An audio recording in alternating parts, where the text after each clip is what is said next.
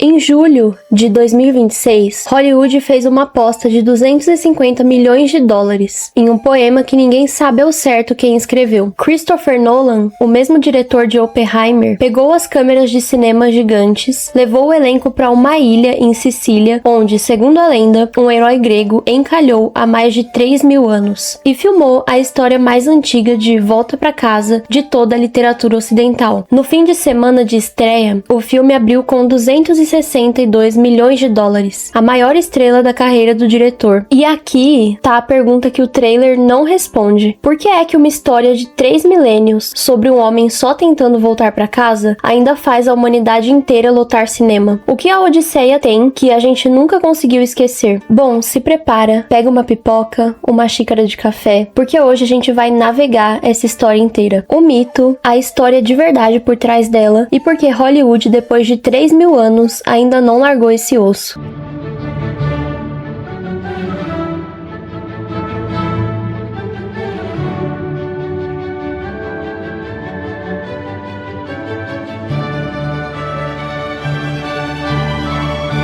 Antes de tudo, vamos limpar todas as ideias que a gente tem, porque muito se fala sobre a Odisseia, mas a maioria das pessoas nem sabe direito o que ela é. A Odisseia, ela é um poema épico que foi atribuída a um poeta que chama Homero e foi escrito aí por cerca de 2.800 anos. Ela é uma continuação do que vem da Ilíada, que fala sobre a Guerra de Troia, e a Odisseia a gente vai estar acompanhando o guerreiro Odisseu voltando para sua casa. O nome do Odisseu em grego é Odisseu, mas os romanos chamavam ele de Ulisses, e é por isso que você pode ver aí algumas versões que tem algumas pessoas chamando ele de Ulisses ao invés de Odisseu, mas os dois estão certos. Ele lutou por 10 anos em Troia e venceu essa guerra, e depois disso ele levou 10 anos também para conseguir voltar para sua ilha, que era Ítaca. Então ao todo ele ficou 20 anos fora de casa, e os gregos eles chamavam esse retorno para casa de Nostos.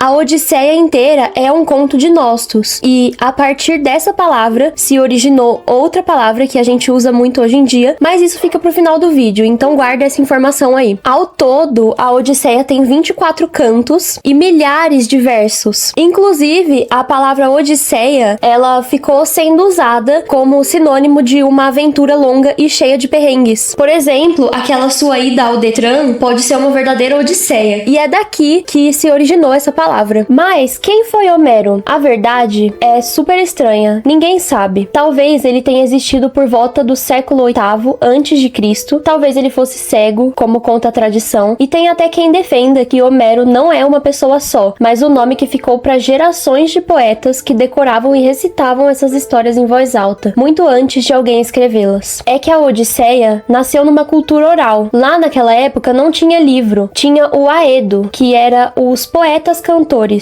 que de cidade em cidade recitavam a epopeia de cor ao som de uma lira para plateias em volta do fogo. No século XX, um estudioso chamado Milman Parry provou como isso era possível. O poema é montado com fórmulas, algumas expressões repetidas como a aurora de dedos rosados, o astuto Odisseu, que funcionavam como peças de encaixe para o poeta improvisar sem se perder. Tem um detalhe nisso tudo que acaba mudando todo o rumo. A guerra, que acaba abrindo a história, acontece na Idade do Bronze, por volta de 1200 a.C., mas o poema só foi composto uns 500 anos depois. Ou seja, o Homero já cantava sobre um passado antigo e lendário, do jeito que a gente hoje conta as histórias de cavaleiros medievais. Era um mundo de mar, de navios de madeira, de reis guerreiros e de cidades-estado, começando a nascer nas ilhas do Egeu. Um mundo perigoso, onde sair pro mar podia significar não voltar nunca mais. E segura essa sensação, porque ela é o coração de tudo que vem agora. A cidade de Troia acabou caindo por conta de uma ideia do Odisseu, que foi o cavalo de Troia. Inclusive, eu tenho um vídeo aqui contando um pouco mais sobre a Guerra de Troia para vocês que querem ver e se aprofundar um pouco mais nesse assunto. Então, foi a astúcia dele que acabou vencendo toda essa guerra. E os gregos, eles tinham uma palavra específica para isso, que era metis, que era aquela inteligência, aquela astúcia. Odisseu, ele é um herói que ganhou tudo na manha e não na força bruta. E essa daí é a mesma esperteza que vai acabar salvando ele ou condenando ele de volta pra casa. Porque no caminho de volta pra casa, o Odisseu e os seus navios param em uma caverna, em uma ilha, onde tem um ciclope de um olho só, que é o Polifemo. Eles acabam ficando presos numa caverna ali de Polifemo e ao ver os seus companheiros sendo devorados um a um, o Odisseu tem uma ideia. Ele prepara uma grande estaca e embrasa e acaba cegando o ciclope. E no momento em que o Polifemo acaba urrando de dor e pergunta quem fez aquilo, o Odisseu responde que ninguém. Então, quando os outros ciclopes chegam pra ajudar o Polifemo, ele começa a gritar: ninguém me atacou, ninguém me atacou. E todos eles acabam indo embora e zombando do Polifemo. E essa astúcia salvou o Odisseu de novo dessa emboscada, dessa coisa que eles mesmos se meteram. Mas ele cometeu um grande erro. Quando ele tava já no navio, indo embora, ele deixou o orgulho dele falar mais alto. Então ele gritou pro Polifemo que quem tinha feito isso com ele era Odisseu, rei de Ítaca. Só que nisso tudo teve um grande erro. O Polifemo, ele era filho de Poseidon. Gente, olha a vela, como que tá? Eu falando de Polifemo, meu Deus.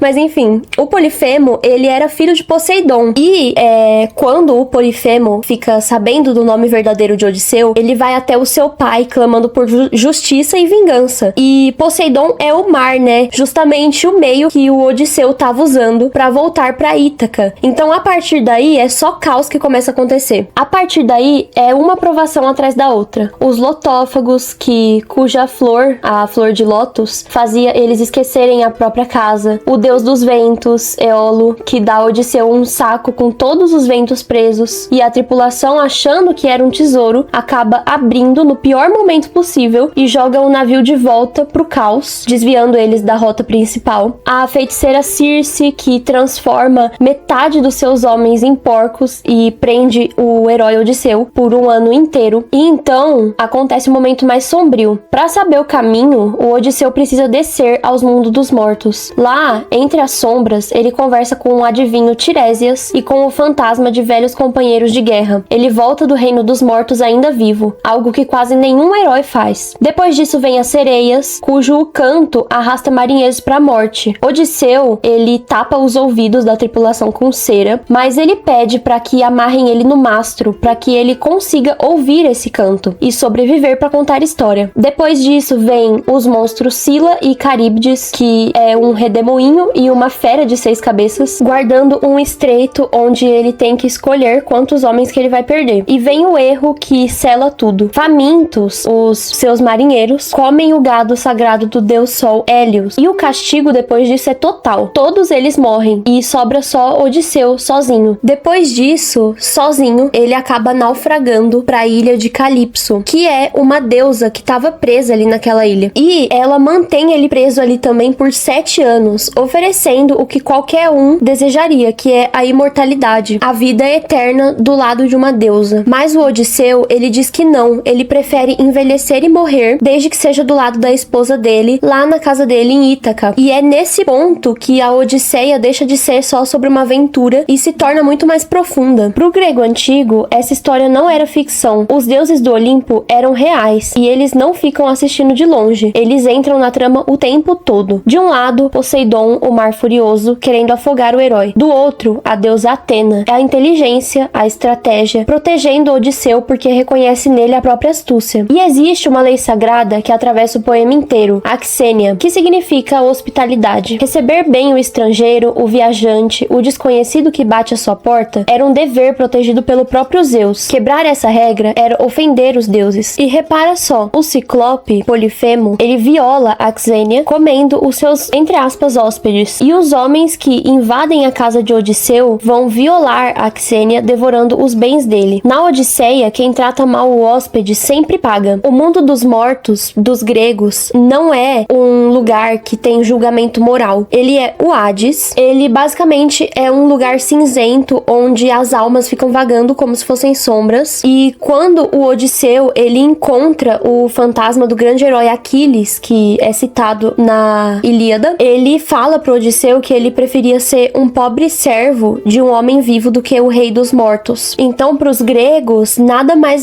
valia mais do que a memória que você deixava enquanto você estava vivo. Mas a Odisseia tem um segredo que muita gente esquece. Metade dela não é sobre monstros, é sobre uma casa vazia. Enquanto Odisseu se perde no mar, em Ítaca, a esposa dele, Penélope, espera, não por 1 ano, mas por 20. E não é uma espera passiva. A casa tá tomada por mais de 100 pretendentes, homens que dão Odisseu por morto e querem forçar Penélope a se casar com um deles, enquanto comem sua comida, bebem seu vinho todas as noites. A saída dela é pura inteligência. Promete escolher um marido assim que terminar de tecer uma mortalha para o velho sogro. Ela tece o dia inteiro e desmancha tudo à noite. Por 3 anos, ela enrola os pretendentes com um tear. É a esperteza de Odisseu na esposa de Odisseu. Inclusive, até hoje se chama de teia de Penélope, um trabalho que nunca termina, que ele é refeito sem parar. Ele veio exatamente dessa cena. E também tem o filho deles, o Telêmaco, que cresceu sem o pai, mas apenas ouvindo várias histórias de como ele era um herói, como ele era fantástico, e ele passa boa parte da Odisseia procurando notícias sobre seu pai. Inclusive, ele vai atrás de outros reis para saber sobre histórias ou notícias de se o pai realmente está vivo. E então, depois de todo esse tempo, o Odisseu volta, disfarçado de mendigo, irreconhecível. E aqui estão as cenas que fazem o poema ser eterno. O cão dele, Argus, agora velho e largado no monte de esterco, é o único que reconhece o dono. Levanta as orelhas, abana o rabo e morre ali, como se só tivesse esperado por aquele momento. A velha ama, Euricleia, reconhece o herói ao lavar seus pés e sentir uma cicatriz antiga. E vem o teste final, não dos deuses, mas de Penélope. Mesmo depois de Odisseu matar os pretendentes e se revelar, ela não corre para os braços dele. Ela arma uma última prova, manda mover a cama do casal. E Odisseu explode. Aquela cama é impossível de mover, porque ele mesmo a esculpiu no tronco de uma oliveira viva, enraizada no chão. Só os dois sabiam desse segredo. E é assim que ela tem certeza, depois de 20 anos de espera, desfeitos, o seu marido realmente está ali na sua frente. Gente, agora uma coisa que eu queria tocar aqui sobre o filme. Esse vídeo também é pra comparar o filme, e tem um ponto da Odisseia que o filme não acabou tocando com tanta clareza, que é sobre a presença do deus Hermes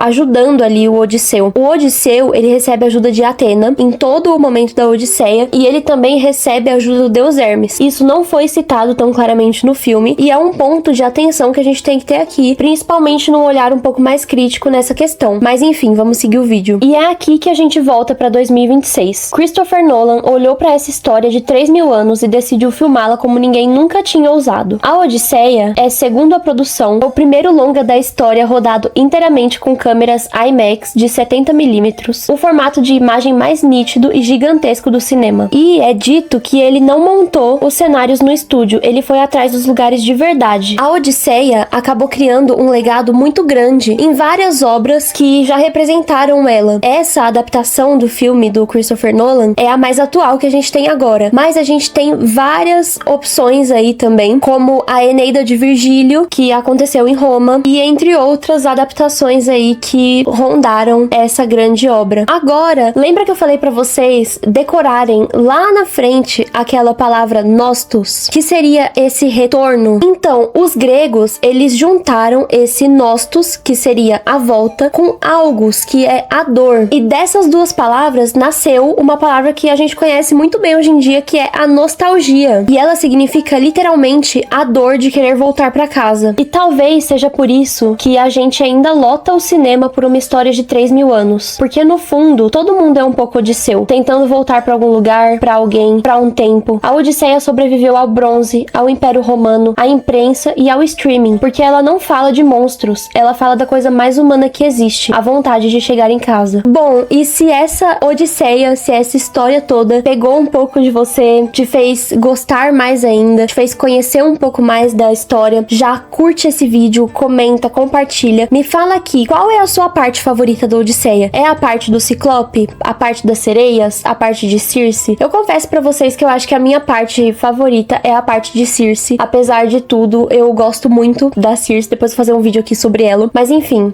fiquem bem e curtam o Templo de As.